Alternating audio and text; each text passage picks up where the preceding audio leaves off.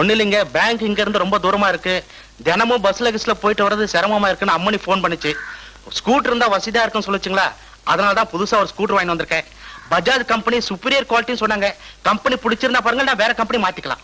இப்பெல்லாம் ஸ்கூட்டர் ரொம்ப out of fashion ஆயிருச்சு. நானே புதுசா புல்லட்டுக்கு ஆர்டர் கொடுக்கலாம்னு நினைச்சிட்டு இருந்தேன். அதுக்குள்ள அவசரப்பட்டு இதை வாங்கிட்டு வந்துட்டீங்க.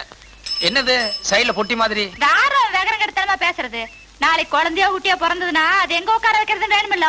பேரனோ பெத்தியோ சீக்கிரமா வேணுங்கிறதான் சம்பந்தி அப்படி சார மடியா சொல்றாரு. ஏனுங்க அப்படித்தானே?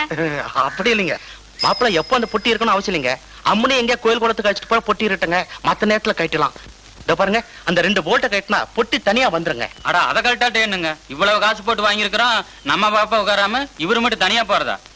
யோ, அந்த பக்கம் ஒரே மண்ணா இருக்கு, போய் தொட. புது வண்டிங்க. பரவாயில்லையா, சும்மா நிக்கிறத விட போய் தொடப்போ. பெரியவங்க பேசும்போது தொண பேசிட்டு. எங்க மாப்பிள்ள கலர்லாம் பிடிச்சிருக்குங்களா? கொஞ்சம் பிரைட்டா இருக்கு, இதை விட லைட் தான் பெட்டரா இருக்கும்னு நினைக்கிறேன்.